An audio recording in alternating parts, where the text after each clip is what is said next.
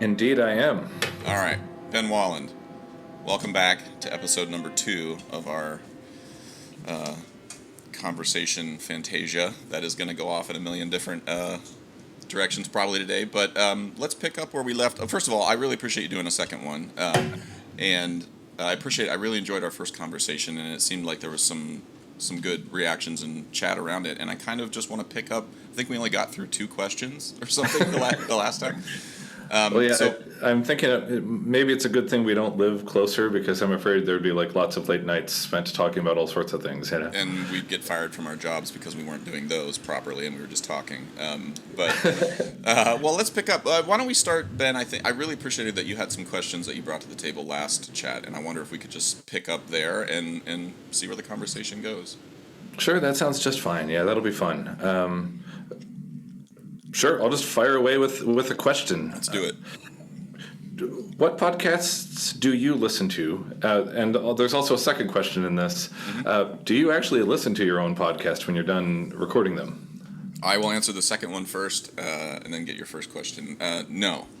Sure. Objectively speaking, I do not. I mean, I edit them, I piece them together and spot check stuff just to make sure that, and if there's anything that, generally I don't edit anything out unless the guest requests it. Yeah.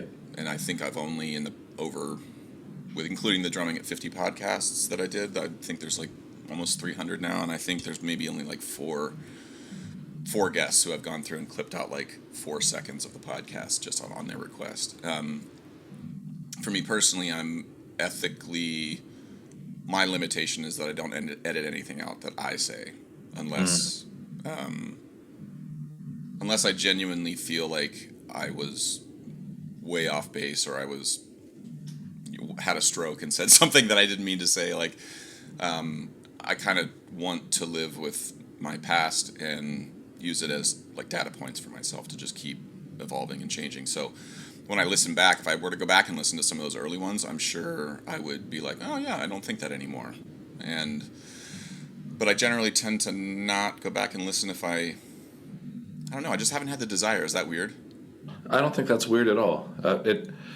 Hearing you talk about this makes me wonder if Concert Honesty podcast for you is something kind of akin to like journaling. Yeah, and I think if I was gonna put a musical analogy to it, I would say it's akin to sight reading. Like reading music to me is, I mean, it's maybe a bad analogy, but it's like it's a tool by which two people can have a conversation, right? And I can play a piece of music with somebody from Moscow who doesn't speak English and I don't speak Cyrillic or Russian using the Cyrillic alphabet, but I can hand them a piece of sheet music, and by and large we can communicate, right? And we can then get to the next step of nuance. And to me, I feel like sight reading is the way to get better at conversing with total strangers. Yeah. And it's something I didn't do a lot in school. I wish I had, and now I try to do it as much as I can because in my job was that's actually a lot of what we do. And I'm like, oh crap, I should have done that more in 8th grade, or in college. But so having these chats for me is like, when I sight read, I don't obsess about it. I read it and then I turn the page. Yeah. And I read the next one, and then I read the next one. As soon as you go back and try to fix notes, then you're working. Then you're practicing. You're doing other. It's a different mindset. And for me, I feel like I want to get good at sight reading conversations and read the room and know like, oh wow, they're taking a slower tempo on this than I would. My job right now isn't to try to speed up the tempo, or maybe my job is to sort of nudge us on the front half of the beat or on the back half of the beat, like those sorts of things. Those are tiny little skills that I feel like I'm developing in a conversational atmosphere that it gets me excited. So to go back and sort of reassess and re-edit and things like to make it feel like a performance I would do now, I just feel like I'd rather just keep getting better at conversing. Sure. Cool. You mentioned the Neil deGrasse Tyson podcast in our last visit. What are some other podcasts you listen to? Well, and the first part of your question. I will say, just to be brutally honest, the first podcast I ever listened to was Joe Rogan's. And that was around the time, I mean, he's been doing the podcast, I think, since like 2006 or something like that, Right. And I think it was a Neil deGrasse, and my wife turned me on to it. She was listening to it for Like, I think there was she was into like powerlifting, and there was some powerlifter who was on the podcast talking about his life, and she's like, you should listen to this, it was really great. And so I started listening to it and got really interested in like jujitsu. Like, I'm not a jujitsu practitioner, but like he had a lot of martial artists, and at the time like Trump was getting elected, and I was also like getting asked by a lot of students and in interviews like, what do you do, what are your hobbies, what do you do? And I'm like, I play music, that's basically it, you know. And the podcast, Rogan's podcast, was sort of like, oh wow, there are things I can be interested in outside of music, and the piston stroke and the four mallet, you know, or your snare drum roll, and like, and then I was like, oh wow, the martial artists, like jiu-jitsu practitioners, obsess about their rear naked choke or their Darce choke or whatever, in the same way that, you know, an orchestra percussion obsesses about their triangle playing or whatever. And so I felt like, oh, I can actually be interested in this and learn something, because it's the same skill set, mentally, of like practice and diligence and slow rehearsal, and then once you're in the fight, like then you're sort of relying on a lot of those skills. But then it was like, then Neil deGrasse Tyson comes on the podcast, and I knew of him, but never really followed much of what he was doing. And then he started talking about Carl Sagan, and then they talked about quantum entanglement and like ballistic missiles and like and I was like, what is happening? This is so cool. And then I started listening to Neil deGrasse Tyson's podcast, Star Talk, off of, you know, as an offshoot. Like Joe Rogan's podcast for me was kind of the gateway drug to podcasting in general. And then Neil deGrasse Tyson's podcast, Star Talk, Sam Harris, who I think gets a lot of, he is known as a controversial figure in the in sort of the thought world, but again, the more I listen to him, the more it's like he's super into meditation, and he likes to think and talk about things. I don't agree with him on everything, but he prided himself on like having non-heated discussions and really just digging in and maybe not having an answer at the end of it. And to me, that was like a really attractive thing in the moment of Trump, where tweets and headlines were it was the concrete that you had to get through to get to the soft nuance in society, and it was just exhausting. I couldn't I didn't have a drill to get through that cement, you know. And so then, you know, Sam Harris, then I started reading books by like, you know, folks that Sam would have on, like Ayaan Hirsi Ali, who is a woman from Africa, Muslim. I think she's from Africa, Muslim descent. Just like, you know, I started like getting interested in all these different things. So Neil deGrasse Tyson, Star Talk, Sean Carroll, who's an astrophysicist, has a podcast called the Mind Escape podcast, I think.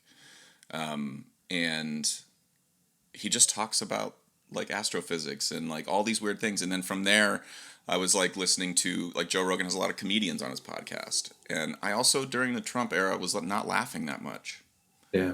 And so comedians were just like, also they're the canaries in the mine shaft. And you don't have to agree with everything that they say. You don't have to like love Louis C.K. or Dave Chappelle or Eliza Schlesinger. You don't have to love everything they say, but their job, also going back to the Greek times, like this isn't like when people are like, comedians are, you know, free speech is bullshit. Just, you know, you don't get to, it's like, well, okay, well, stop. You realize the Greeks talked about this, right? Like, comedians in that role held a special... There was a role in some Greek tragedies where they just stopped.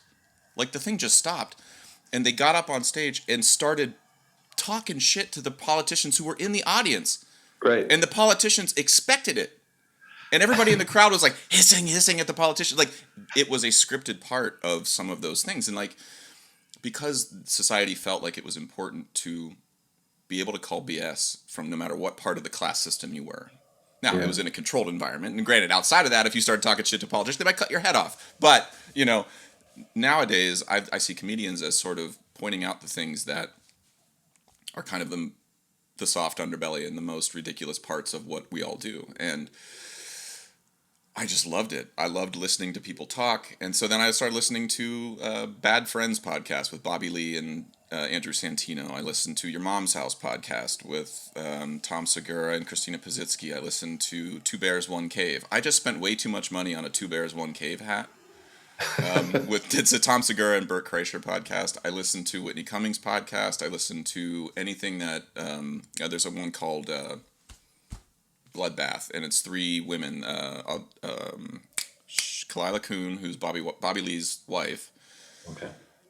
Taylor Tomlinson, or Annie Letterman, I think, and then Esther Pavitsky. And it's like, I don't know. Now I have like a list of like 30 podcasts that I don't listen to Rogan's every day. I listen to it once a month now because I've got 30 others that I'm sort of dropping the needle on. But I don't know if that answered your question clearly, but Oh, it totally did. it's Yeah. all over the map for me at this point. And I listen to, like, Jordan Peterson is on my list, not because I love his worldview and want to like espouse everything he believes, but and Ben Shapiro is on my list too. Why? Yeah. Because of Neil deGrasse Tyson, actually. Because I was listening to all these Neil deGrasse Tyson podcasts and I was hearing all this bullshit about Ben Shapiro and he's the devil and blah blah blah blah blah.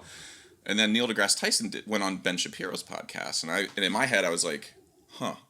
Right. I really respect the shit out of Neil deGrasse Tyson. If he's making that decision and he feels okay with it, let me trust him for 2 seconds. Right. And so then I listened to that podcast, and it was actually on Ben's channel, and it was all about religion. Ben is an Orthodox. I don't know if he's Orthodox Jewish, but he's very religious. And then Neil deGrasse Tyson, I wouldn't say he's not religious, but I think he comes from a more scientific standpoint of how religion and science should interact and butt up against each other. It was probably the best hour and a half podcast I've ever heard of anyone talking about religion, pushing back on each other with no animosity. And I left, I was like, whoa, that was awesome. Now, I don't listen to Ben Shapiro every day. Yes, he drives me nuts, and I hate when he reads ads or right in the middle of right in the middle of a sentence he's making, and then he'll be like, and let's go to mypillow.com. It's like, why? So anyway, I'm saying all this to know that a lot of people just hearing me say those words, like Jordan Peterson, Ben Shapiro, would immediately, I understand the reaction that people are going to have. What I'm asking folks to do is just clock that reaction and then actually test it. Are you right?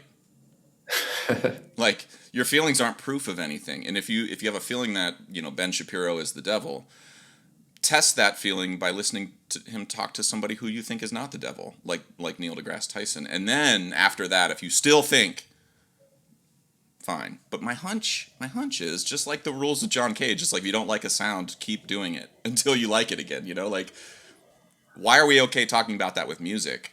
This idea that like maybe aesthetics, maybe something you're not sure of is something you should just keep practicing, like Porgy and Bess. I have a feeling about Porgy and Bess.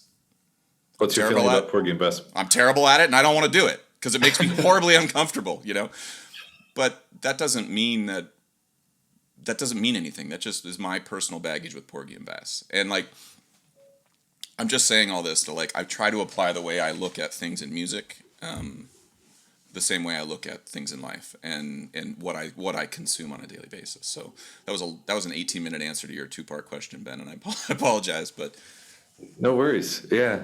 What do you do? Have you heard the Working It Out podcast with his last name always makes me think of Babingo Wood, but he's a comedian who was he was on the movie Trainwrecked. Birbiglia? Yeah, there we go. Yeah, Mike Birbiglia. I know of him, but I don't know that podcast. Yeah, and his format is interesting because he'll bring on comedians who are working on material, and they literally work on material the last half of it. And that is the shit. That is what, like, I'm trying to think. Mark Maron's podcast, W2TF, is very similar. There's a podcast I've only listened to a few episodes. I think it's Rich Voss. Yeah. Anyway, yeah. Like, what I've loved about the comedians talk about this all the time, like their process. Like when somebody films Louis C.K. on stage and then puts it out, like, look what's happening. He said this clunky thing. It's like, okay, you could do that with every comedian on the planet. They can't workshop their material, offensive or not offensive, without an audience. Right. And so when you're filming somebody and then you're like, look how shitty this act was. All right, let me film you playing Scheherazade. Totally. Your third day in, and put it out and be like, never trust this person in an orchestra audition. It's like, wait a minute, that's exactly what you just did. Now, it feels different because you're in a club and people are serving drinks and you've paid $5 to be in the room or whatever. But you need to readjust your perception of what that room is for.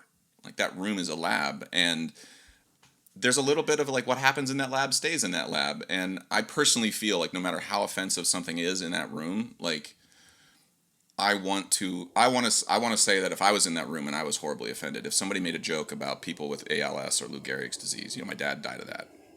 I would have a reaction of like, but I also want to feel like, all right, I knew I knew that that's what this room was for. Yeah. I knew that that was a risk I took coming in here, and I need to then maybe not take that risk again in the future if I don't want to have that experience. But out of respect for the idea that I might be playing a concert at the Stone or some hall where I've played a piece, or I just recorded 6 pieces at UPenn 2 days ago where I wasn't prepared as much as I'd like to be. We were essentially okay, but I want to sort of protect the idea that there are spaces where experimentation happens and you don't always know what's going to come out the other end. Yeah, I've well, first of all, I also in the last couple of years, I've taken a lot of comfort in comedians. I didn't see that coming when I was a kid. I didn't like growing up watching Eddie Murphy or like Richard Pryor. You'd be like, how is that going to be speaking truth to power 30 years from now? But like later, looking back, you're like, oh, I get it. They actually were at a certain time, in a certain way. Yeah. Yeah, and I think for me, it made the absurdity of the last year and a half so bizarre that it's like, wow, Dave Chappelle is the best voice making sense right now to me, Well, but also, if you go on parts of social media, he is the devil. Oh, of course, yeah, and because of the trans piece, right? Right. And it feels like so much of the comedian landscape is exactly what you were talking about. Like, part of their role in society is to push real far and real hard in certain arenas, and if it comes at a price, it seems like a lot of artists are prepared to pay that price, and I've been intrigued when people talk about things like cancel culture to see how it is that certain people are able to weather it and some people aren't. Like, how is it that, well, I mean, like Louis C.K., like something in me feels like he's going to be showing up doing amazing stuff in the next 5 or 10 years, maybe even the next 5 or 10 months, just because he's that good, even though all of the things that went down with Louis C.K. are so egregious over the course of his career that somehow it's going to be the Michael Jackson thing where people do the like, oh, he's just that good. I'll plug my nose and enjoy it. Well, let me ask you, like, because you're sort of pushing on something with me that I personally am trying to reconcile or reckon with, is like the idea that we cut people out of society or life in general, and how we do that, and what is or is there a path to redemption? What does that look like? What could somebody like maybe Michael Jackson or Louis what is there anything that Louis C.K. or let's maybe not leave let's leave Louis C.K. out of this, because there's a level there where there's like he did something possibly like put people in uncomfortable positions sexually. So like there's a different level of nuance that I'm personally not 100% sure how to talk about. But like Dave Chappelle, for example, like there people are upset with him because of a joke he made about LGBTQ and trans folks in a bit, right? Yeah. Okay, let's say that is something that is worth keeping someone off a public stage because that is an offensive thing. In the United States, we have freedom of speech, where you can't be locked up for saying something offensive. You can be locked up for causing a panic, like screaming fire in a crowded theater. And even that seems to be that slippery slope seems to be going away too. But there are other places where I know in Canada that there are panels that discuss types of speech and what's appropriate in society. For me, what would be the thing that Dave Chappelle would have to do? And maybe this is a thought experiment. Like, you and I get to decide what is the path for redemption? What is the mechanism by which somebody like Dave Chappelle offends people, and then he needs to do X, Y, and Z, and then the problem is not, I wouldn't say resolved, but there's an apology. The other side says, great. Are you asking me? Mm-hmm. I have a lot of strong feelings about that, and I'm glad we're getting to talk about it, because to me kind of resonates with where we were at, you and me, at the end of our last visit. Something about our last visit that left a strange taste in my mouth was I hope it was an talking. okay strange taste and not like bitter and bile flavored. No, but I was like, wow, why was I so uncomfortable with this line of conversation for 12 minutes? Like two middle-aged white guys talking about things like slavery, that, or for instance, that I would even have an opinion on how Dave Chappelle should, maneuver the nuances of people's expectations, But we did find ourselves at the end of our visit talking about grace. Do you remember this? Yeah, remind me about these 12 minutes, because I think I have a lot of those 12 minutes, and I think I'm just slightly less. Yeah, I think it came easier for you as host than it did me as a guest. I apologize if I truly apologize. To me, I'm just like in that seat a lot. So this is why we do this, right? And for me, it was you had said something. Oh gosh, we were talking about social media and how, for as strongly as we feel about how people should drum, is how people felt about slavery. do you remember this? And that slavery for us could be just a stand-in for just bad things. Like it feels a little cartoonish, because we just as easily could have said this is how people felt about margarine, or this is how people felt about moving vehicles, right? And that our brains immediately go to this kind of cartoonish version of what's bad. Yeah. And so often, I think when people like ourselves are speaking from a place of comfort, or from a space of, well, I'm sorry if this bugs people who are listening, but like from a place of privilege, we can talk about that in an abstract sense, when for certain people it's generations deep that it's a very real thing in their lives, Yeah. I got off task though. Okay. The Dave Chappelle. What does it take for him to, quote, be redeemed? I think that's sometimes one of the biggest challenges of where people are at right now. They're so good at lighting people up, but they're out of practice at figuring out what it is to reconcile. For you to listen to Ben Shapiro, not agree with him, but still listen, seems like going to the gym, and so many people don't go to the gym. Like there's value in going to the gym to people sucks. you don't agree with. Are you kidding me? Going to the gym blows. Like, I don't like wake up being like, yeah, new Ben Shapiro episode. But sometimes that's like a left bicep curl for part of my brain that never gets exercised. And I think it's super important to study. People that you might consider an adversary, or people who you just don't understand where they're coming from. And be willing to be changed along the way. Because if you're not prepared to do that, how can you expect any reciprocity on the planet from anyone else, right? Yeah. And to me, I think that's a huge part of being a responsible adult, is being prepared to keep growing and not just be an overgrown 19-year-old.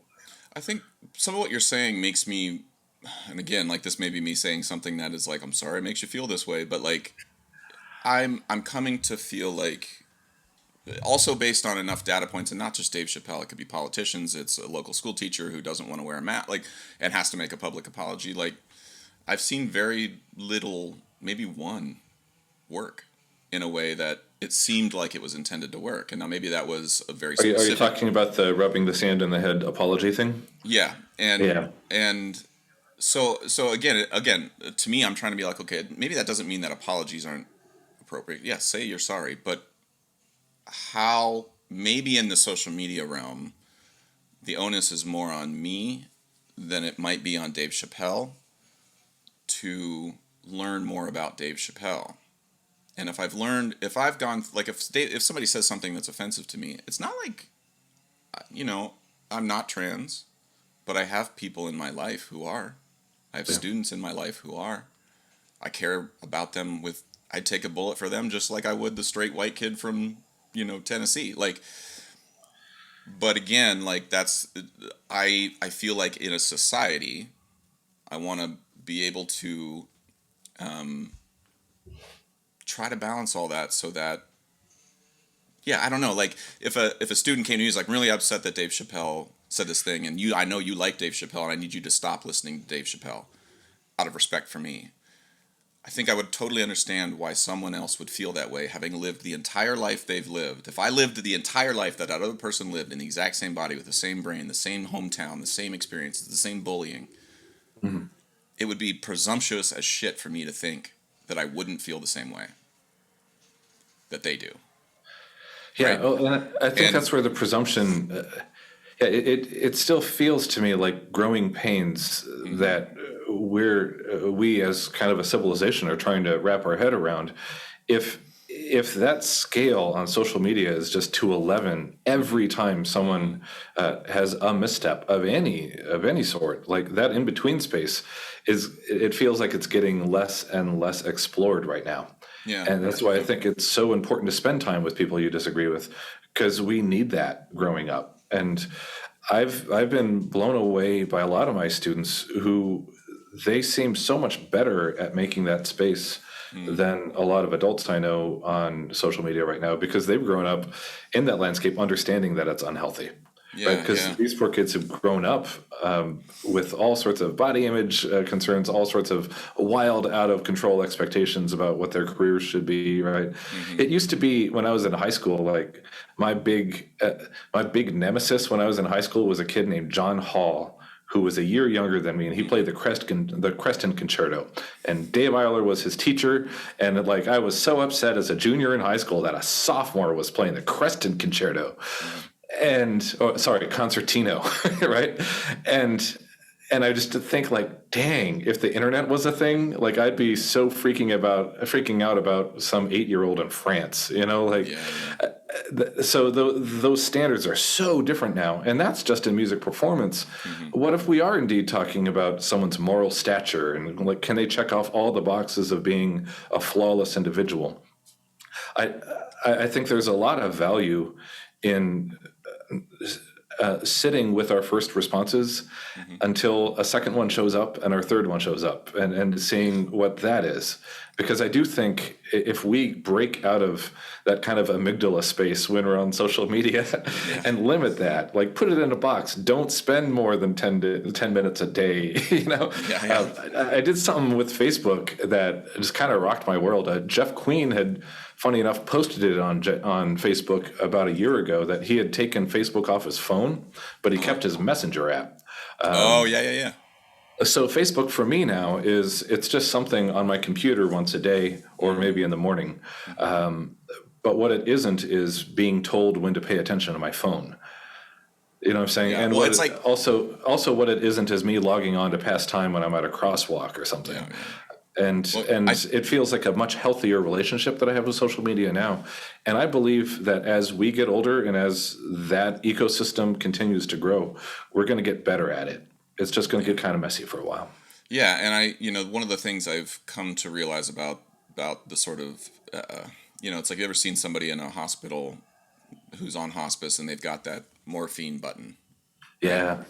And I feel like that's what my phone is now, and I'm wondering how much younger generations are aware of that, but also, you know, they're being told like, okay, jump in this pot with the rest of us. It's like, yeah, yeah, yeah, but the pot's boiling. And you all Right. don't you all have not been aware that it's been raising in temperature for the last 10 years. And Right. so maybe they're forced to jump in, but I think I am clocking a little bit of there's a little bit more wiggle room now. I'm feeling with I think some folks are understanding a little bit that social media is not reality. It's not proof of concept of what a person or who a person is or why someone can or can't participate in a conversation. Just to go back to what you were saying about people in our situation, two white guys talking about race or about gender or whatever. Like one of the things on that tip that has been where when one of the reasons I see for the losing of the gray area or the sort of vacuuming out of the gray area has been the approach over the last couple years of really smart people who I know have thought a lot about this stuff immediately out of fear or what they say is respect, saying, I will say nothing. I Because will this say is, nothing, you said? I will say nothing. I'm Yeah. here to listen 100% of the time. Yes, listening is awesome. Like, yes, absolutely. But I also, I don't know how to say this without sounding arrogant, but like there is a point where I feel it is not good for society when a lot of smart, thoughtful people who want to learn are being told to just do the work. Yeah. And then and then when you're like, okay, what should I, well, if you don't know what the work is, then that's proof that you are racist or that you need to re-educate yourself. And I don't, as someone who has worked in black communities a lot and gets put in front of large groups of Caribbean people to tell them what to do with their music. Yeah. And to me, I'm not asked to talk to them about systemic racism or anything like that. I'm asked to talk to them about a cultural part of their lives, which is how to play Caribbean, calypso or soca music or in a panorama style, right? Kendall Williams. Now, in that situation, for 10 years, I have never, ever once felt personally by any of those folks, no one has ever said to me, you're not allowed to say anything to us because you never lived this music, Sure. There's been a deep, deep trust that has gone back and forth, and it's a trust in the community is important, right? There's no way to build that trust if your mouth is shut all the time. And to me, that means I've had to have really hard conversations. I've had to ask the dumb question. I've asked people like, what do you mean by ashy? Sure. And like that, and they're like, oh, that means your skin is dry. I'm like, oh, what's a weave?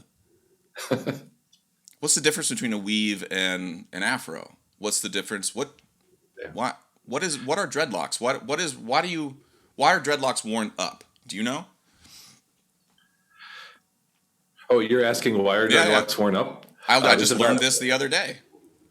Well, they're not always worn up, right? Not always, but in the Rastafarian culture, why do you think they're worn up? Is it about being able to maintain them? It is about it. They're considered, and again, like I'm not an expert here, so I'm sure someone would find something I'm saying wrong here. But by and large, they are receptacles of energy. Yeah, and just being closer to God. And I was like, oh. I don't feel that way about my beard and my hair and my but it's like, oh, now I understand why when I walk through a neighborhood where there's a lot of Rastafarian, folks, why everybody's got their head up wrapped, tight. And it's like, oh, now I have another data point of why somebody is doing something. But it's because I asked. Nobody came up to me and was like, hello, white person. Let me educate you on all of the nuances here so that you feel comfortable. That's not how it's going to happen, ever. You have to ask. But you have to build the trust first. And that took me 10 years. And I'm sitting here on the other end of Facebook being like, I understand. Yes. Let's talk about DEIA. Let's do all those things. But trust me, when the rubber meets the road, you're going to have to open your mouth and say something that you think. And so much of it, I think, boils down to character once you do open your mouth. Mm-hmm. To have listened enough to actually speak from a place of humility and compassion and not presume to understand everything about the person you're talking to. I can't, a Rastafarian who would be upset with you for not understanding his or her spiritual construct, with headwear, but a Rastafarian who I get into a fight with about a vaccine. Sure. When if I had lived my entire life the same way that person has, where from birth I am told that everything growing out of my body is akin to God, and God wouldn't have put it there if it wasn't for that. And I have natural remedies my whole life. Somebody gives me ginger when I get a cold, rather than Tylenol or Sudafed. If I had that same belief system my whole life, I would think the same thing. And then, but having that cultural context allows me to then be like, okay, there are some no-go streets here when I'm having a conversation about vaccines and medicine.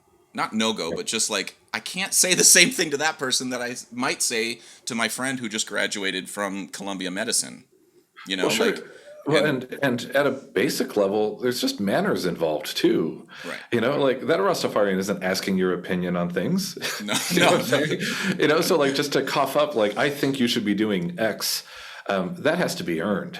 And I think that's one of the hard things about social media right now. It's great for talking, but it's really hard for listening unless you go in there with the mindset of doing so. Right? And like you said, earning, to me, that's the thing, I have a lot of relationships with folks on Facebook, but I'm growing my genuine friend base because once that conversation on, like, for example, the vaccine thing, I got into a little spat with a new friend named Kadim Aline on I Facebook. listened to that. Yeah. And the podcast, unfortunately, the reception on both ends was bad, and it was really kind of hard to understand. But we had a little bit of a stressful moment on Facebook, and I was like, I took that as a, like, this is proof I need to talk to this person and stop typing. So I messaged Kadim. I was like, hey, bro. Well, totally. Yeah. I think I've been where on. You double down and try to understand. Right. You don't deplatform. You don't disengage and like just hate the person the rest of your life. Yeah. Why can't I block him? Because I'm gonna run into him. I know I'm gonna cross paths with him, and I don't want to be like have this awkward like avoid walk around the other way because I saw somebody I got in a fight. No. So I message him. I talk with him, and he ends up. I don't know if you noticed the one part where we were talking about his parents, or his father, and I think his mother and father being involved in an organization called Pan Trimbago. That was really important in terms of the history and culture and organization and politics too, right? Yeah. And he got really emotional and started like tearing up a little bit. And to me, I was like, man, I'm really, really glad I emailed him or messaged him, because I would not have been able to participate in that moment of genuine human action. And then from there, because like I said earlier in our conversation about the sight reading aspect of having a conversation, that was a moment where I was like, I'm sight reading now. If I'd have just been like, let's go back to the vaccine, like, to me, I was like, okay, all right, we're taking this a little slower. He wants to play this on the backside of the beat, so I'm going to sit back with him and just be quiet. And so it was like an uncomfortable, like 15 seconds of silence. But 120 podcasts ago, I would have interrupted him because I was uncomfortable in that moment.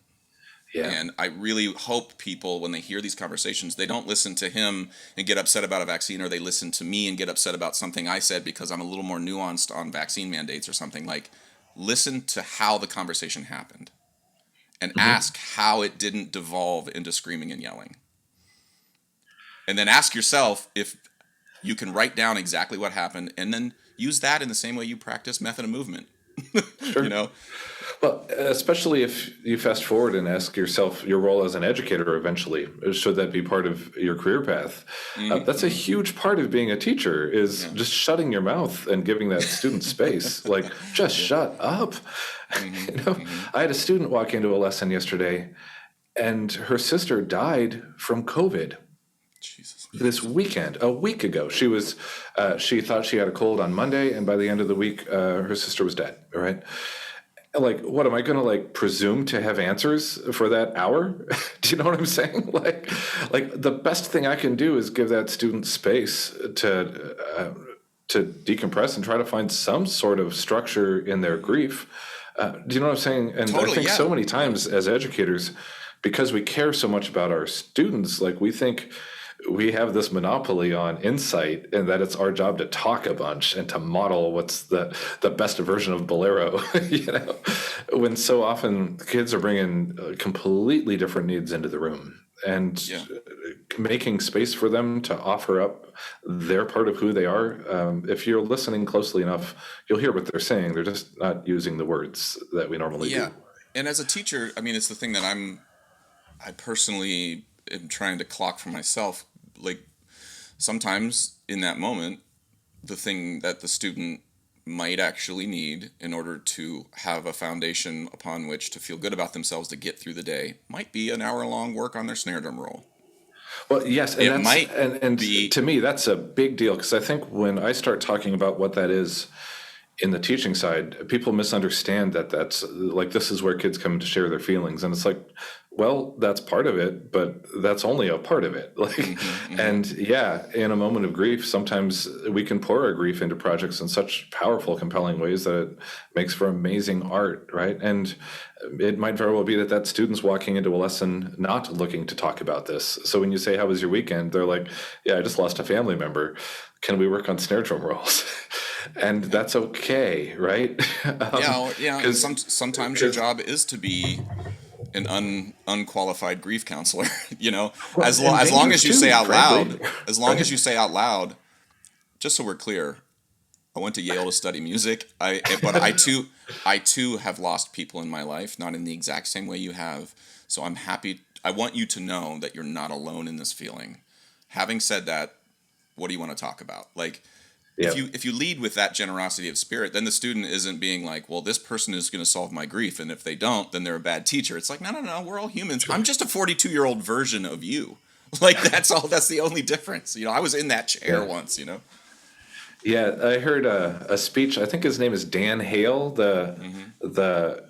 the actor who's in Arrested Development, the guy with the hand. Do you know who I'm talking about? Um, I feel like I know Arrested Development really well, and I and should he was know this. also in Veep. So in Oh, Arrested oh, yeah, yeah, Development, yeah, yeah. he's the weird brother. Yes, yes. I heard him give a speech about 7 years ago, and in it, he directed immediately to college students in the crowd, and he said, "I want you all to hear this, and I want you to hear it good." um, Adults and professionals, they don't have these feelings of doubt, and they also have these feelings of doubt and dread about their profession. They're just better at it because they're more experienced. Oh my God, I agree 100%. Yeah, 100. and There's not a bit of why that I should a disagree with. 40-year-old magically have answers to things? Do you know what I'm saying? Much less an 80-year-old. I think we're just better at not having those answers. Well, that leads me to. I have a question for you. I think as Sure. in terms of being in a position of as an educator, being in a position where a position of power, a position of privilege, of all the things. I'm curious, like on that tip. To me, that's a sign that is a little bit of a symptom of that's something I. Sorry, I'm not forming this question well, Ben. I apologize. That's okay. It's a symptom that I feel like I realized when I was in school. Like there's something here I'm not quite. I feel like if somebody would have just said this, I would have been able to see things a little clearer.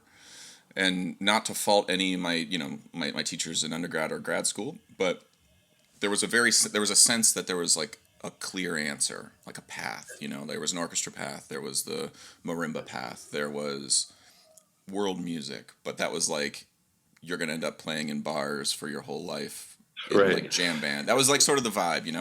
Yeah. And then there was teaching, but it was like teaching at a college was the clearest path. If you couldn't do any of the others, then go teach band.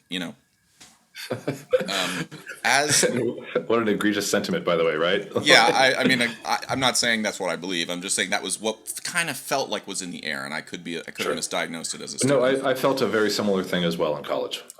But now there's this like the idol is being switched for the bag of sand moment, where like I feel like one of the things that's happening is students, whether they're realizing it or not, are reacting a little bit against some of the things maybe you and I felt of like, hey, dum-dums, there is no clear path. Why are you pretending like there is? I'm You're paying. saying that's what the students are thinking? Whether or not I'm wondering if that's the underlying feeling of like this like energy is like they Well, know or they I think sense it deep is. down Well, in large part because there isn't a clear path. right. And so Right, for like me, my that question. path is getting murkier and murkier as the future shows up faster and faster with terms of technology. Like I was just daydreaming today. Like I wonder what the first AI marimba solo is going to sound like. Like because there's gonna or when we talk about like oh gosh, augmented reality and like is sheet music even going to be a thing in 20 years, or do you just like pop on glasses and hit dots on a marimba and it's on your Yamaha setting instead of your marimba one setting, right? like like that whole landscape that we thought was relevant in say the 80s and the 90s, like that's in flux right now so Yeah. much. Like 2 years ago, there wasn't the conversation. Well, there was in certain circles, but not nearly as robust now, where you're like snare drum, keyboard, timpani, multiple percussion, a world thing, mediocre drum set, and then now it's production value too. Like you're not doing well unless you own $5,000 worth of gear and you're like doing extraordinary Yeah. videos with every project you touch. Like I'm thinking if I was a high school kid right now, I'd feel like I need to throw up content of Yellow After the Rain for some reason and hope that people like it. Right. And there's like we have to reconcile that in our pedagogy, or else we're just going to be bringing a knife to a gunfight.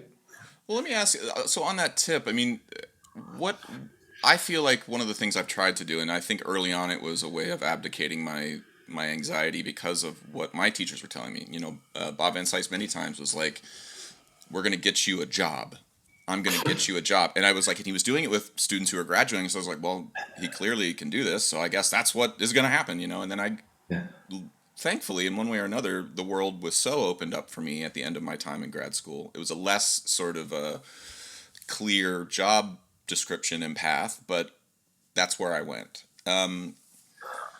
I feel like early on I was telling students, like, I have no interest in any of you becoming professional steel drummers.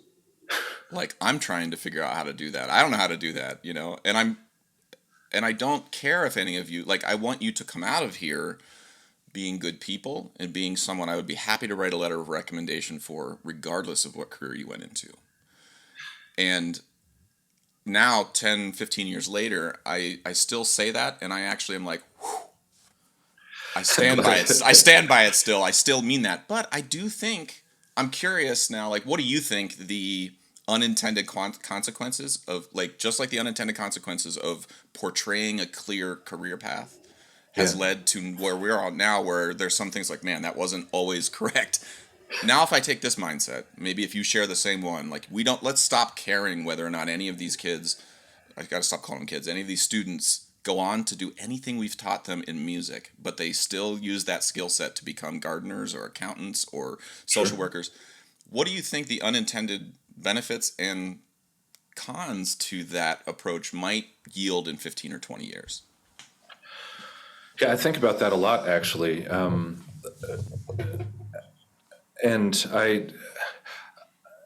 just let me give it a couple of seconds just to get the best words for it. Mm-hmm.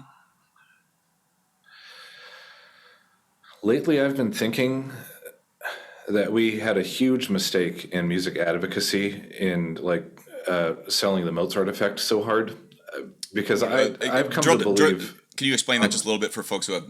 I think I know what you mean by Mozart effect, sure. but, like, what do you mean by that? The idea that studying music is a gateway to being good at math and science. Oh, got it. Okay. Yeah, that, like, if you grow up playing violin, you're going to be killing in STEM education. You know, like, and to me, I mean, that's clearly not why most professionals in music pursue music, right?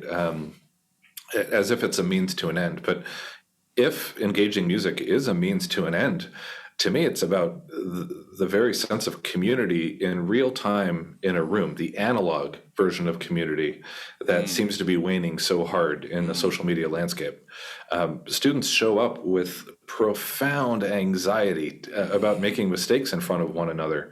And how cool it is for educators to be able to provide a playground where students can come in, make a boatload of mistakes, and leave that room still feeling like a decent person. Ben, I think I'd be one of your best students. What's that? I would be one of your best students, I think. Well, and to me, it's about a trajectory. It's not static. Like, I'm not expecting them to be perfect. I'm expecting them to be working toward perfection, right? Right. So if they're showing up and they keep making that same mistake, well, then there's conversations to be had. But I want them making oodles of mistakes, right? So that they get to the next better mistake to be making, right? And eventually they get good at learning to make their mistakes privately so that they can support one another publicly. And to me, when we talk about the future of music education and what it is 10 or 15 years later to have said what you do isn't as important as how you do it, I think that's dangerous, in large part because a lot of people still don't understand how to read that, right? Because I do have plenty of, like, really sensitive students who are really good at caring for one another who are still kind of sucking. Right. Okay. Yeah. So stop for 2 seconds. At a certain point, you still need to be able to throw down. Right. Let me stop you there for 2 seconds, because that to me is the thing that, as students who are listening to this, I again, you're going to be like, hold up a second, Mr. Wahlund. Like, and again, I just want to just put in here a pin that both myself and Ben were those students at some point, where you thought you were awesome, and somebody else, a third party, was calling balls and strikes, and was like, ball. Right.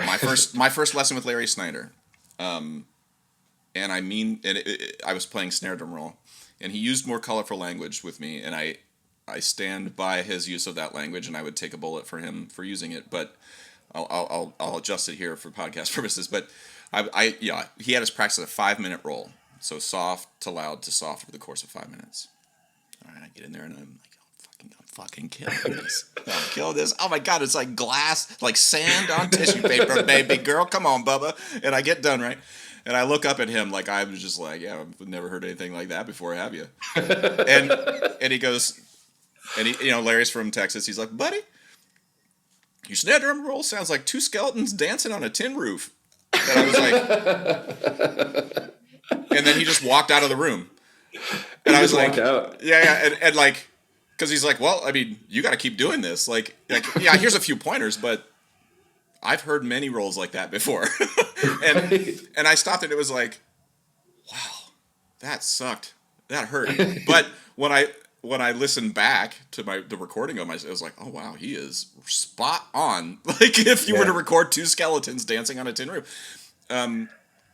So the reason I say that is like it is important that students have brutal honesty, but in a way that isn't emotionally damaging. How I have found it tricky to do that because sometimes just the like, you missed that note is enough of an emotional travesty for somebody that they collapse and you can't get anything else done. Like that's my worry. That's the con I think I'm wondering about with the approach that I feel like I want to inhabit is like, I do feel like you have to have like a scalpel every once in a while and be like, there's cancer, rip, rip, rip, and cut it out. And you're going to feel a pinch, but it's like, actually, okay, I'm better now. Like that cancer's gone.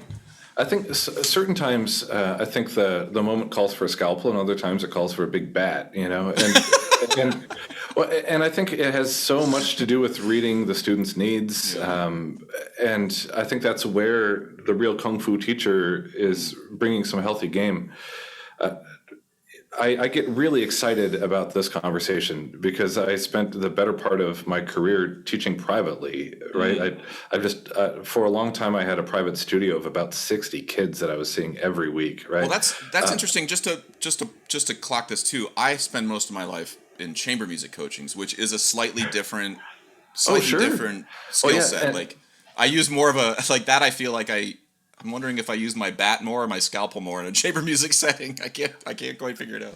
Well, I would imagine there's maybe more diplomacy that's called for sometimes, just because every comment has an audience of at least 2 or 3 other people, right? Well, in a steel band, the comment affects 30 people. No matter what I say, there are 30 people who are going to move slightly when I say something. So that is a different thing. But privately, you have a lot of sway. Well, yeah, and certain students, certain things work, and other things work, right? So I'll have students who are trying to convince me, whether they know it or not, to help them feel better about being bad at their craft. And it's like, no, like, I'm sorry that you're feeling this way, but if you want to feel better, a nice way is to indeed get better, but then there's also another lens through that of maybe that kid's killing it, but they still feel horrible about it. At which point we're talking about what is it to still feel horrible about your playing when you're like playing years beyond your means right now, right? And also there's the B side to that where it's a mirror image, where you have a kid who is all emotionally there, has all of the work ethic, has all the thing, but is gonna and I would say, maybe this is a humble brag, but I think this is me as a person. I knew what I needed to do. Mm-hmm. The particular set of arms and hands I was given, I might have just been a better rugby player, and I should have just done that. But like, 4 mallets weren't my. So I have to practice an hour longer than Jason, Adam, or Eric do. Yeah. But then also there's the other side. There's the kids who have all the hands, but the thing that's going to keep them from working is this. Right. It's their approach. It's the way they act in a rehearsal. And the other day I had a student where I had to tell them, I had to pull them aside and be like, listen, I want nothing more than to sing your name from the rooftops as someone people should hire. But your hands are not the reason I can't do that right now. Yeah.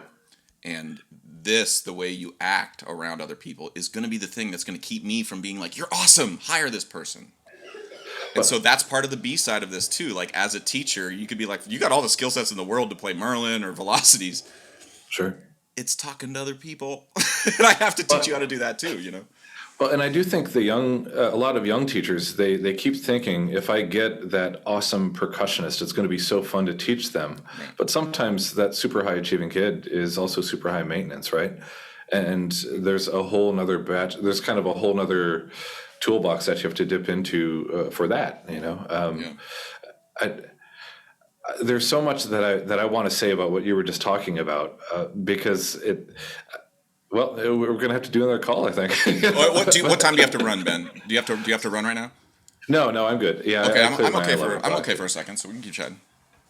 All right, cool. So, to me, something I've been getting a lot of traction with the last 5 or 6 years in lessons is to talk in language in terms of what's effective and what's not. So, instead of saying this is right or wrong, we could talk about like, well, let's talk about that coaching that snare drum.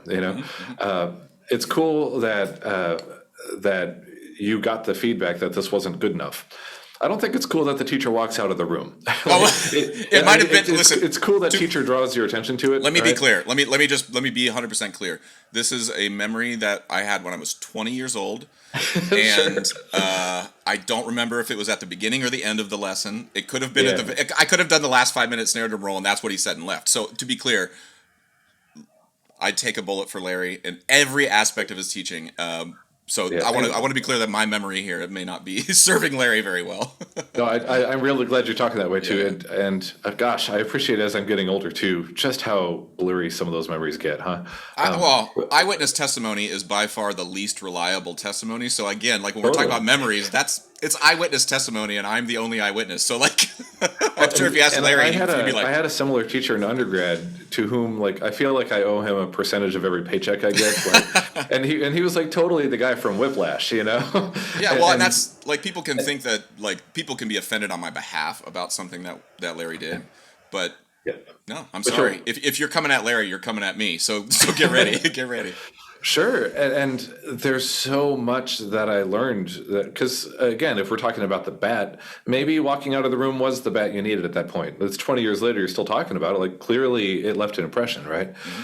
And a positive one, to be clear. For a lot of my students, regardless of where they're at in their emotional intelligence, just framing my language in terms of if you do this differently, you'll get this result. It is a pretty easy, innocuous way of going there without like casting dispersions on the character or something like that, right? Yeah. So it's easy. The more I've practiced it, the more effective it is to do the like, hey, if you prep higher, it'll be easier to get a louder stroke there, instead of saying, your mallets are too low here, right? And giving them the language so that when they engage in self-talk that so many students do, it's more about a tool instead of a decree that they've been doing something bad or wrong.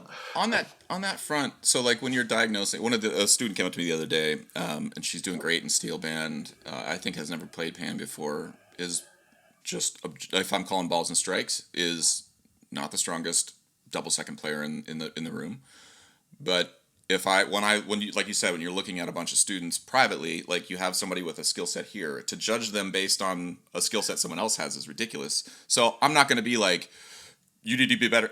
No, I'm seeing the improvement at the level I need to see out of her, and so I'm happy as a clam, right? Yeah. And I'm not going to pick out every wrong note because I can see based on the progress she's making that in 3 weeks that note will be fixed. So I'm not going to embarrass her in front of everybody, right? But she came up to me afterwards and she's like, "How much should I be practicing?"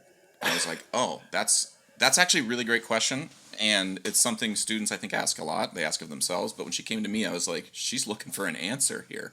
Yeah. And I was like, "Well, I'll tell you what worked for me.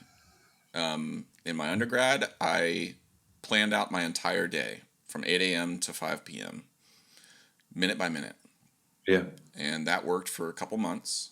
And then I was like, okay, I can't actually do 6 hours a day here because I've got clarinet methods and all these other things I've got to be practicing for too. So for my hour, I'm going to be really specific about what I'm going to get done on Merlin, what I'm going to get done on Rebons, what I'm going to get done on Scheherazade. So Merlin, bars 32 to 36. And if it took me 10 minutes, great. If it took me the whole hour, fine. But and so then it's like, okay, but then when I got to grad school and I have 2 classes and Bob is giving me like a shitload of rep. Then I was like, well, then it was 12 hours a day. I get in there at Yeah. 8. I'd take a lunch break, a pee break, I'd go to class, but then I wasn't done practicing until 8 or 9 at night. And now I have 20 minutes. Mm-hmm. So in that 20 minutes, I've practiced enough of, and I know what I need to do. If I have a hard piece of music, I know I maybe need 30 minutes. And I know that it's not going to happen until next Thursday. Yep. Because I live in Connecticut, my gear's in New York, like all of those things. And I was like, so take all of that as Josh Quillen for 20 years trying to figure out how I practice. And it's been whatever, 20 years times 365 days a year. Whatever the math is. Let's say it's 40,000 days I've Yeah. practiced that. You are on day 1 of that. And so the only difference between you and me is I've just done it for 20 years. So start. And Totally. she's like, start with what? And I was like, what did I just say? And she's like, oh, we'll write everything down. It's like, yeah. So start tomorrow. Say you're going to practice for 6 hours. Shoot for the moon. And then after you're done and you've shat the bed on everything and you didn't get anything done, go have some Ben and Jerry's and write down your goals for the next day, having learned from what you just did. And she looked at me and she's like, oh. And again, it's like, oh, wow. Okay, one of the things I'm actually tasked with as an educator is to teach everybody how to practice too. Oh, heck yeah. You know, like, oh, yeah, the time management piece. And yeah, I know in the percussion studio, we do full studio convocations on how to practice 15-minute manager strategies and things of that nature. Yeah, and it feels like in my lifetime, a lot of what some people might call soft skills of that nature are becoming more and more important because for any number of reasons, students aren't learning when they're younger. Well, and because like again, like getting good at sight reading, you get rid of the emotional baggage you have over hitting a C over a C sharp, right? Yep. Practicing, it's the same thing. Like you're not good at what you're doing, and it sucks and it hurts, and you're not, oh, my elbow's hurting for some reason. Shit, like I practiced too many crash cymbals today. I did Beethoven, or I did Tchaik 4 for 3 hours. Okay, maybe you don't need to do Tchaik 4 for 3 hours. Do it for 3 minutes at a time every hour. But and if I could inject, if you don't mind, I'd like to interject really quick. Those people who can do Tchaik for 3 hours and benefit from it, like that's awesome. Like sometimes it's okay that there are just that amazing of people floating out there. Yeah, Theodore Milkup's ridiculous. Casey Cangelosi's ridiculous, and there's space in my worldview to not have to be those people because we've got those people. We're so fortunate that they're just killing it. Listen to Theodore. I certainly don't mean this as a slight to So, but there isn't much in me that's like feeling like I really need to be angling for your job and So or something like that. Do you know what I mean? Totally. Well, and that's because, I don't have any interest in. I'm barely able to figure out how to do this job. So why would I be like, you all need to work to be in So percussion? It's like I'm still working to stay in So percussion. Like I wake up and I open up our budgets. It's like, you really want to do this thing? Like all right, come on in. The water is freezing. Like it is. It's not what you. Well, maybe it is partially what you think it is, but. Again, I don't have any interest in any of my students becoming full-time percussion quartet players. Why? Because I'm actually not a full-time percussion quartet player. I play in steel bands.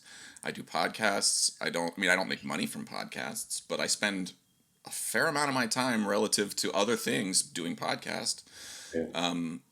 I play with orchestras from time to time. I freelance if I can from time to time. Like I teach string quartets at Princeton. Like there's a variety of things I do, and I worry a little bit that there's the like seek not the master, seek what the master sought, and I think like at somewhere along the line people miss a little bit of like, because again, to go back to the thing that we were talking about earlier about privilege and power and like 2 white guys doing a thing, or somebody looking at So percussion as 4 white guys. It's like, yep, you just said the most obvious thing you could possibly say. And so I want, like, what's the next 10 words? Yeah, that's that's a West Wing episode right there, right? Yeah, totally. Yeah, but that is important to me because Yeah. But like again, to go back to my view of how I feel humans should talk to, whether you're a teacher to a student, whether you're a student viewing another chamber group or something, or anybody in your life who you see in a position of power or in a Yeah. position that you want to have. Doing your best to see everybody as human beings that all have individual struggles, all have individual privileges and lack thereof. I want to move past this era of saying the most obvious and get to where the blood starts shooting out, because that's actually the hardest thing. Talking about working in a black community is awesome. Are you willing to do it? But And that's the other thing that I feel like not many people are actually putting those shoes on and going to work, and that's bothers me a little bit. Well, and how incredibly unglamorous that sort of thing is. Like I remember in undergrad,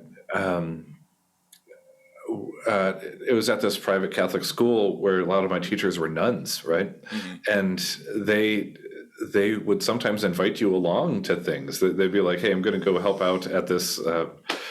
Like at a nursing home, would you like to come? It's like, sure, So, and I found myself doing some of these things periodically and Hmm. expecting like a parade afterward. Like why doesn't anyone care that I just did a nice thing? It's like, and like you have this glow about yourself that you're like a saint, but Hmm. then very soon, like nobody seems to have noticed, right? I've taken a lot of comfort when I see people doing great work quietly. Like when it's probably not easy for you to get to the pan yard in Brooklyn. Like think about how many hours you've spent doing the tedious, not fun stuff, and no one's given you a little ribbon for that. You know what I'm saying? Because it's still work. It's righteous work. It's powerful work, but it's work.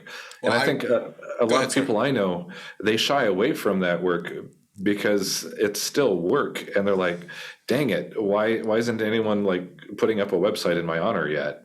Well, one of the thing I want to, and I don't want to, don't take this as me pushing back or disagreeing with you, but I think one of the things that when people talk about, like when you said it's unglamorous work, sometimes the implication there is that like you're going into the salt mines, Oh, like you're hell going no, in. no, I know No, what no, you're no, saying no, there. no. Yeah. I just I understood what you meant.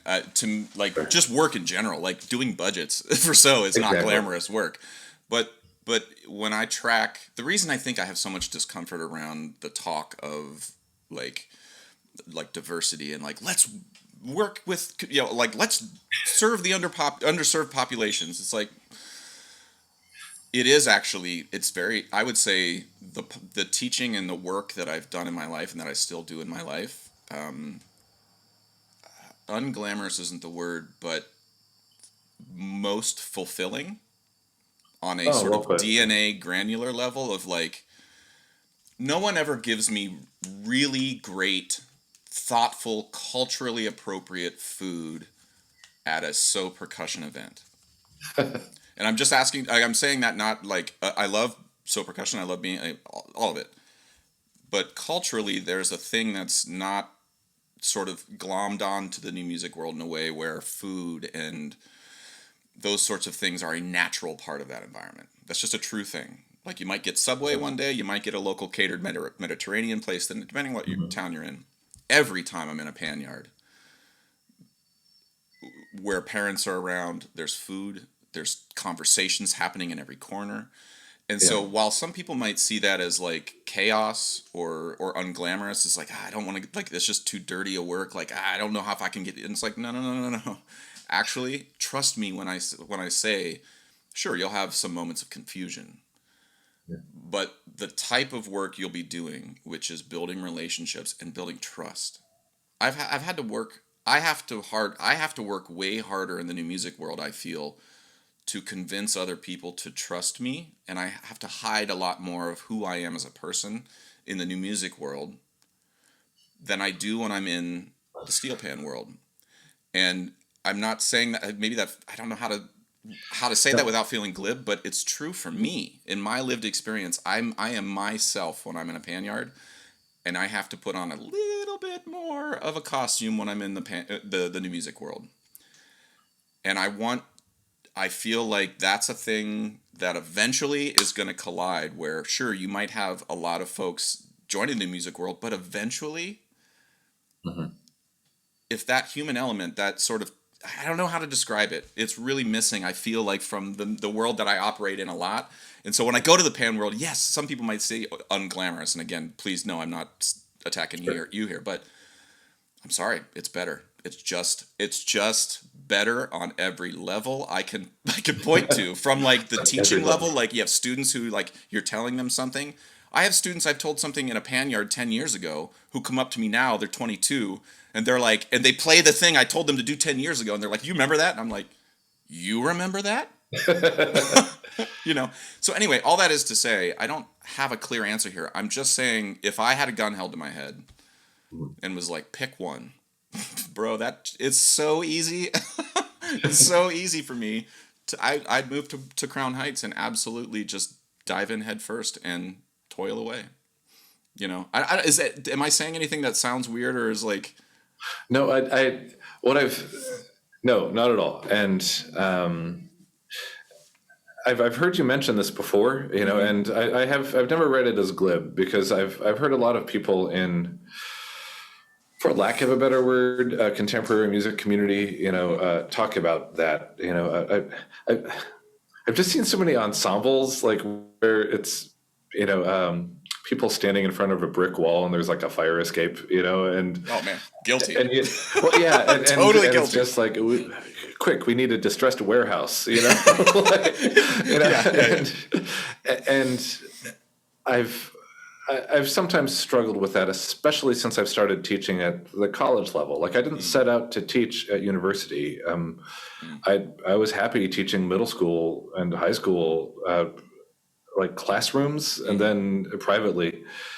And I've always, like, for a long time, I felt like an outsider looking in, which makes it so peculiar, because, like, my language in terms of composition so often finds itself kind of leaning that way, right? Like, so I've struggled with what it is to write these pieces that I just don't want to play, you know? And I'm so glad that there are people who live for that scene, because it gives voice to stuff that I would otherwise just be daydreaming. So if someone were to say that, you know, this ensemble is stuffy or that landscape is stuffy, okay, well, some people are really drawn toward that, and that's okay. Like, that's not a bad thing. It's just a stuffy thing, you know, and that's all right by me. And if there's someone who's saying we need to tear down these walls and make this repertoire like accessible to other people, like, well, good on you, right? I'm thinking that's cool. There's space for that. The world needs that too. But I, for one, am blown away thinking that there is a so on the planet doing so projects. Like, that's firepower that comes at a price, and that the four of you guys are prepared, well, and the people on your team that are prepared to do that work. Like, I don't mind if it's stuffy. Like, because if that's the price that it takes to get that, I'm in. Like, that's really cool. And I think it's entirely fine for Josh to have completely different kind of spheres in which you're working, and enjoy that on those different levels. I don't think anyone's asking so to, like, be, well, maybe people are, but they're not in the group. They can go start their own group. And what's exciting is they're going and starting their own group. Yeah, it's not like we bought the good. Like, you know, we went on Amazon, you know, 20 years ago and bought the only percussion quartet starter kit that existed. You know? Like, we just made it up, you know. Well, and I love, like, you had a group on what the Pathos percussion, or I think they went with Pathos, right? Pathos Trio, yeah. And, like, the whole back half of your interview, you were just showing up with all this logos, like, just firing these questions at him, like, so have you considered this? What's your dream project? And things like that. And I'm thinking, how terrific, like, if your contribution as a quartet was to, you know, pick up where other groups were prepared to hand off certain conversations, and then you're just handing that off to another group.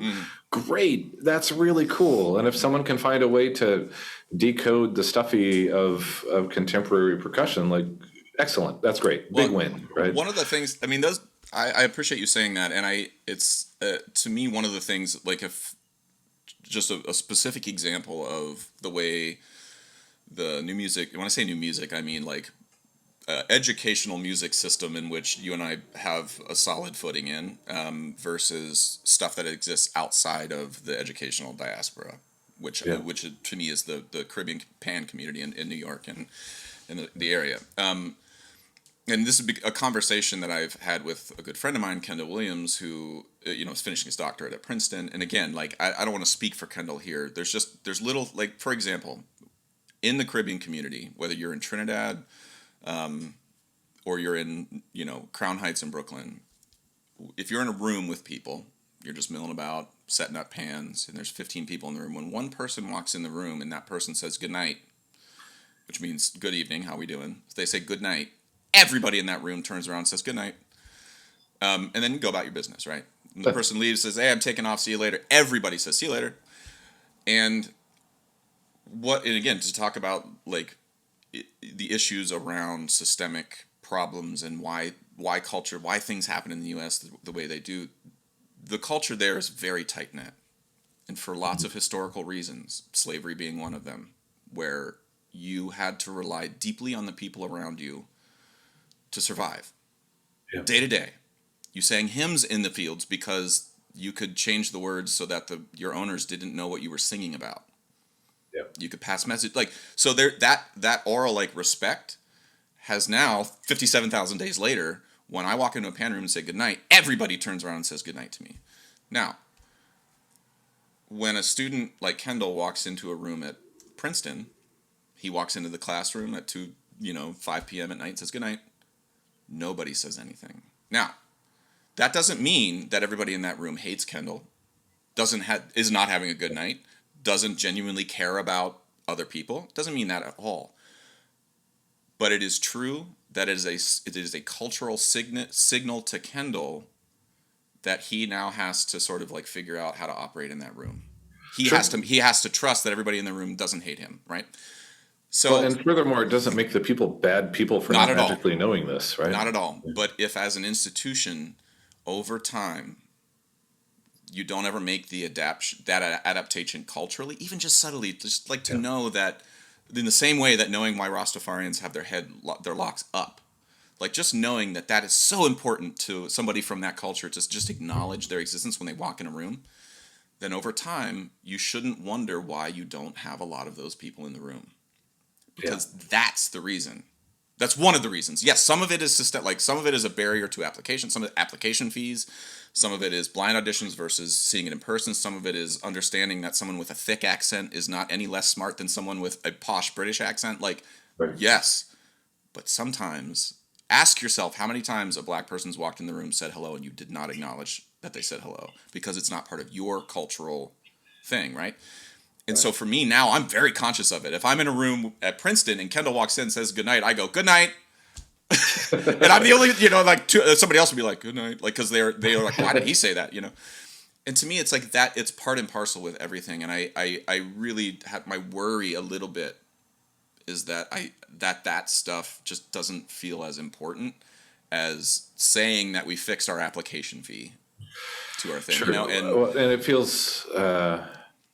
Well, it feels kind of like it's bookending what we were talking about at the beginning of our visit. It's not a one or the other. It's the messiness of the inside of it. It's a yes and approach rather than a let's do this or that. Well, and I can imagine there's probably some sign or a sticker on a window just outside of that classroom saying how much Princeton appreciates a student like Kendall, but still he just doesn't perhaps feel comfortable walking in a room or out, and there's it's great to say these things, but to actually do them often looks way different than any of us can even imagine yet because of what a system propagates, right? Right. And I don't want to imply that, again, like you made the point, and I appreciate it, that it's a tricky thing because it's not the people in the classroom's fault. Like, they didn't get up in the day and they're like, I'm definitely going to not acknowledge the black person who walks in the room. Like, that's not at all what 99.9% of the people are thinking.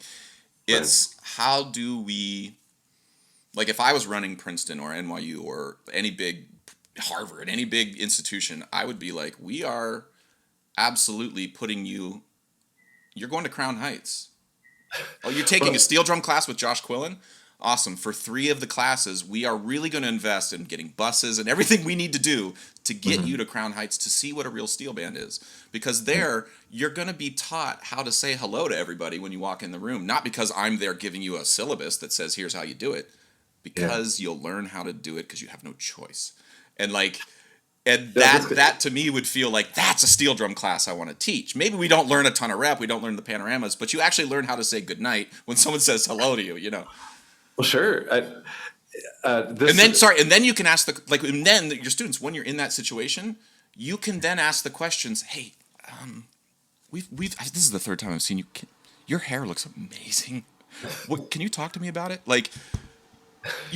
And then you can have that sidebar, and then that person will be like, yes, it cost $400 and takes 8 hours, and you could be like, what? Are you serious? And then I take it all out. I actually have very short hair underneath this. Wait, why do you then you can have that. Then a person from Korea is having a conversation with somebody, of African descent. That to me is the nut of what education really, really, truly is. And I feel like in 15, if I was starting an institution now, I'd be very curious to see how that would pan out in 15 or 20 years. Yeah. And I think, I know you just said the word curious, but what you were saying before that made me think of how cool it is that students see you being curious, even if it's taking a risk of making you feel vulnerable when you say these things, right? I think I think those types of conversations work privately, but they also work publicly too. And I teach at a community college in addition to NIU. So on Tuesdays and Thursday nights, I teach at the College of DuPage, which is in Glen Ellen, which is a suburb in Chicago, kind of near where my wife and I live. And there's such an eclectic group of people in that ensemble that to not embrace it would be woefully tone deaf. It's obvious that there are differences. Why would we not celebrate them? Why not embrace that? And in my percussion ensemble right now, I have 9 students in it. 3 of them are trans. One of them has Down syndrome. One of them is good at reading pitches, but awful at reading rhythms.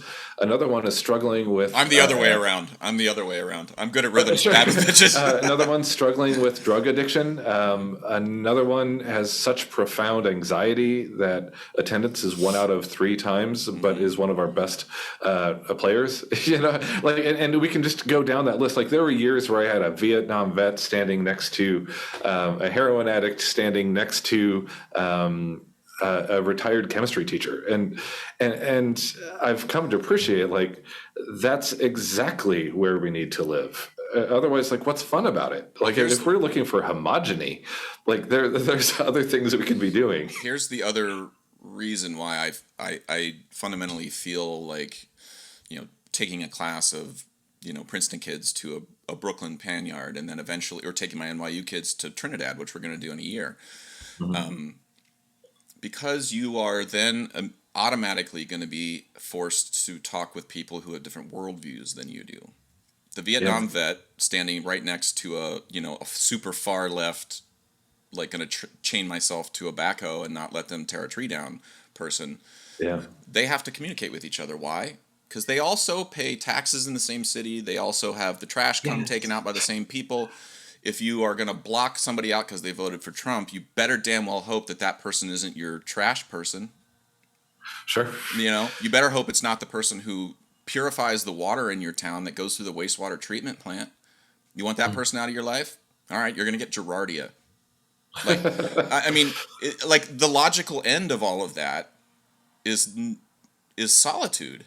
Because eventually you're going to find something, eventually you'll find something about your spouse that you'll have to, and I just I'm sorry, I want my students to have strong feelings, but also have those feelings tempered by everyone else around them. I've had my political views tempered by working in the steel pan community. Yeah. I feel what I feel about the Second Amendment and gun culture in the United States, but also... Okay, let's take away the Second Amendment. Do you think the Democrats will have the African American support? Are you I asking mean, me for real? no, Or no, are no. you, I mean, yeah, I'm just saying there's something to think about. Like, sure. what? And if the argument about the Second Amendment is that the from the right is that we need, as a vulnerable population, we need to protect ourselves against an aggressive government.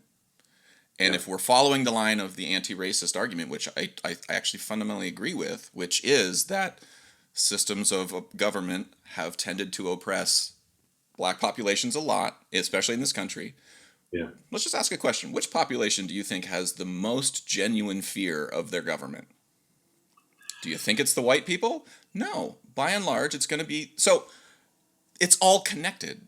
And to walk around and being like, well, we got the black vote because I'm a Democrat. And it's like, well, I don't know. I've worked with a lot of black people who have complicated views on Sure. gender, who have complicated views on gay rights, who have complicated views on abortion, on religion, But, on all these but things. And I'm sorry, my views have been tempered in a healthy way because I value those people and I want them in my life. So I'm gonna figure out a way to be around them.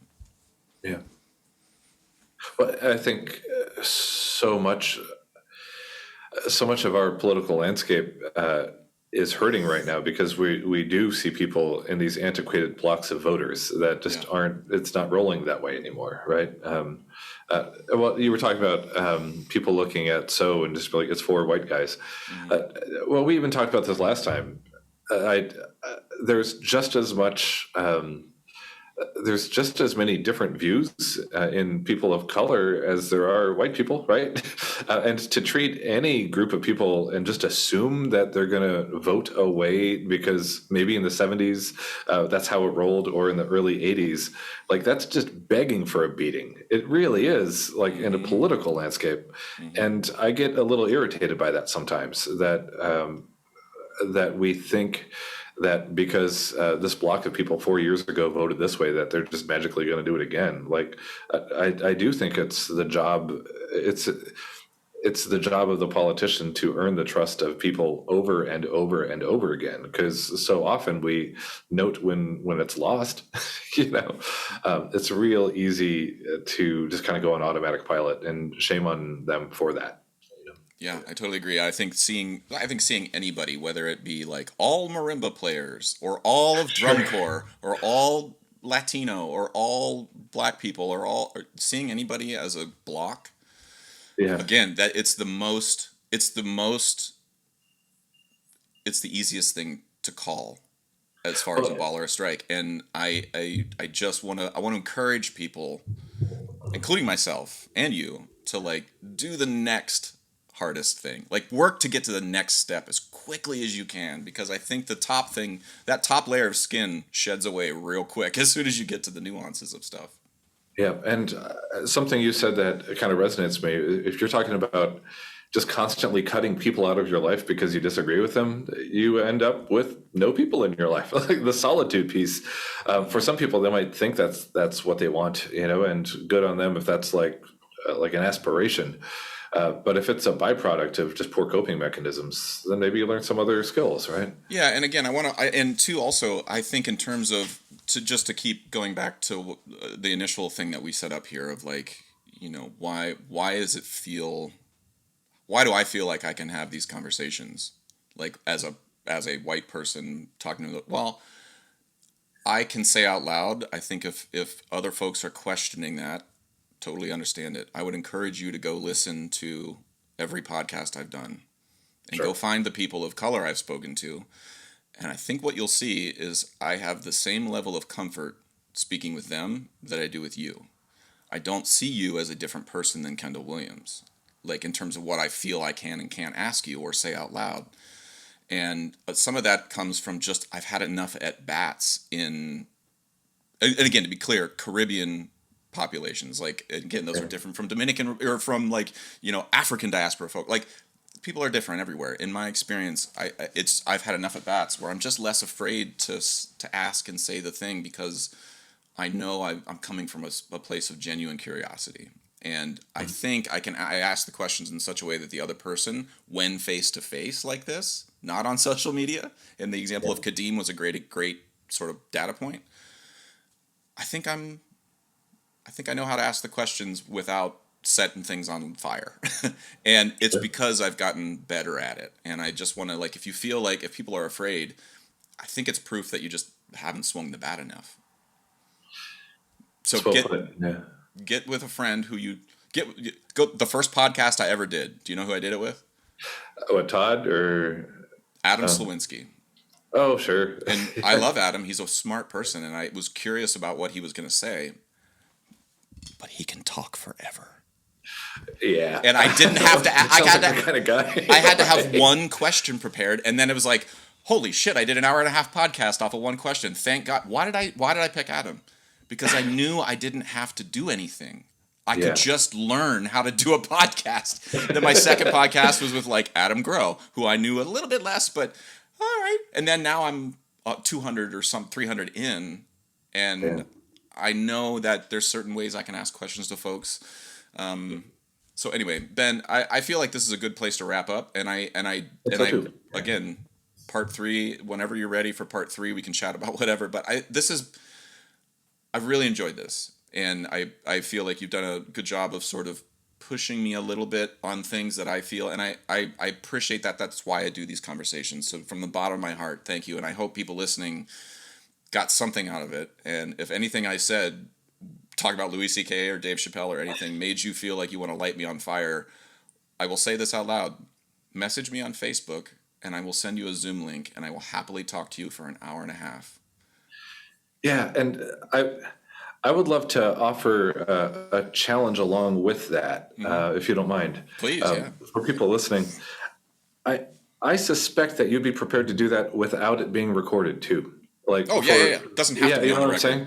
Yeah, and I would imagine that's where some really powerful things might come of someone if they're looking to indeed confront you about something or try to get more clarity. There doesn't even need to be an audience for that, because that's where I think intimacy really lives, right? And like that's where friendships can be born, right? Yep, and my only caveat with that is that my preference, because they're in my experience too. When someone has to go on the record, they actually think a lot more about what they're about to say, including myself. Yeah. And sometimes in personal off-the-record conversations, that's a way to sort of like just tear a blister off and just let it bleed pus everywhere. And, I have those too. But where I want to learn the most and actually be sure of how that blister's going to heal is to have both people with headphones on and be on the record and have that limitation, because it really does generate that little extra pressure. Is just enough to make you distill what it is you think. Well, the accountability, and own it. Yeah. So I think if someone reached out to me privately and was like, hey, I wasn't going to comment on your post, can we chat? Oh yeah, let's do it privately. If someone lights me on fire, my caveat is you got to come on the podcast.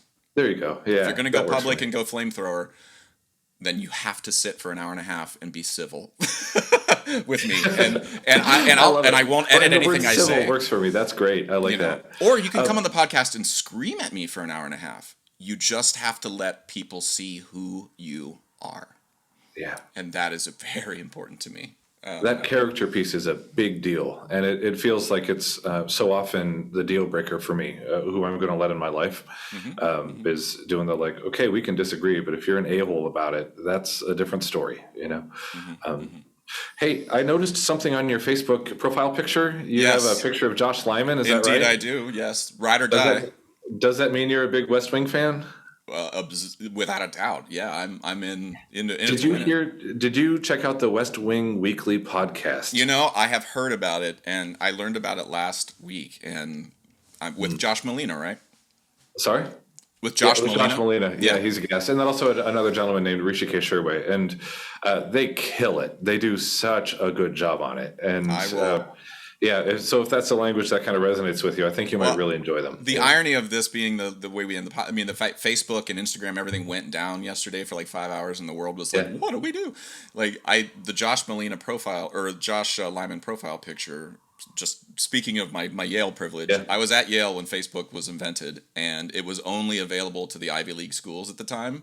And being a kid from a very small rural town, I was never in elite anything. Like I was never in a club. So I was just like, sweet, I'm in a club from Yale. This is great. And so I signed up for Facebook, and I checked it like once a week, and it was only like pictures of lattes. But my profile picture was I kept it the same. It's been the same since. So that's my one Facebook data point that has never changed. There's no algorithm that can affect my profile picture Nice. On Facebook. But cool. Well, hey man, this was really enjoyable. I really appreciate it. Doors always open, and I hope you stay healthy, and I hope we can come out and cross paths sooner than later. It feels like the world's slowly opening up, and so's getting. That could be really fun. Yeah, it'd be great to come out to NIU and chew the fat and play a bit together. But tell everybody there I said hey, and in the meantime, stay healthy, and we'll look forward to chatting again. Right back at you, brother. Thanks so much. All right. Thanks, Ben. Really appreciate it. Stay healthy. Likewise. Bye-bye. Bye. Okay, I hope you enjoyed that conversation. This podcast is brought to you by Liquid Drum, liquiddrum.com down in Waco, Texas. My good friend Todd Meehan runs an amazing percussion company down there. Great merch, great content. Check him out, liquiddrum.com. Also, Kyle Dunleavy, dunleavypans.com, DUNLEAVY pans.com. Kyle Dunleavy makes and builds all the steel drums that I perform and teach on, in percussion, as well as at NYU and Princeton. He's an amazing tuner, builder, just a really nice guy, very dependable. Check him out. If you are interested at all in steel pan advocacy, want to learn more about the goings-on in Pan in Brooklyn, check out paninmotion.com. My good friend Kendall Williams, Jerry Guy, Trisha Guy, and Arisha John run an amazing organization called paninmotion.com. Check them out. And finally, Alejandre Mirage runs an amazing clothing apparel company in Brooklyn that is steel pan centric. You can check him out at mangochow, CHOW, clothing.com. I own a bunch of his shirts. They're amazing, very stylish, beautifully made. Check them out. mangochowclothing.com. Okay, hope you're well. Talk to you soon. Bye.